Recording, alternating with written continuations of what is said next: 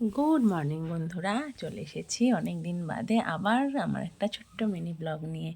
কি বলো তো, এই দেখো চা দিয়ে দিনের শুরু। আমার মেয়ে ম্যাগি খাবে বললো, একটু টিফিন করে দিলাম ওকে, যদিও ওকে রোজ রোজ দিই না। এ দেখো একটু জল গরম বসিয়ে দিয়েছি, মাছগুলো ধুলাম আর এবার রান্না করব।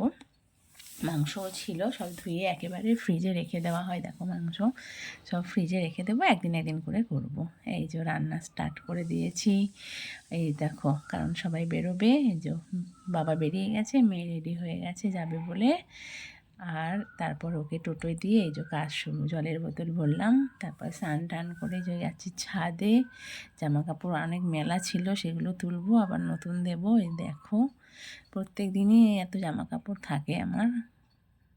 এই দেখো ছাদে। আর একটু একটু ঠান্ডা যাচ্ছে আসছে, তাই না বন্ধুরা? আবার একটু ঠান্ডা পড়েছে। এই দেখো এগুলো কি বলো তো, আমার গোপু সোনার জামা সকালে কাচা হয়ে গেছিলো। এই যে সব ভাঁজ করে সুন্দর করে তুলে নিয়েছি। এগুলো নিয়ে এই দেখো একটা নতুন জিনিস, এটা ওর খাট। খাটটা ছিল না এতদিন, জানো তো, এবার নতুন ওই খাট বিছানাটা আনা হয়েছে ওর জন্য। কেমন হয়েছে দেখে তোমরা কমেন্টে অবশ্যই জানাবে। এই দেখো নতুন মশারি, দেখো কত সুন্দর।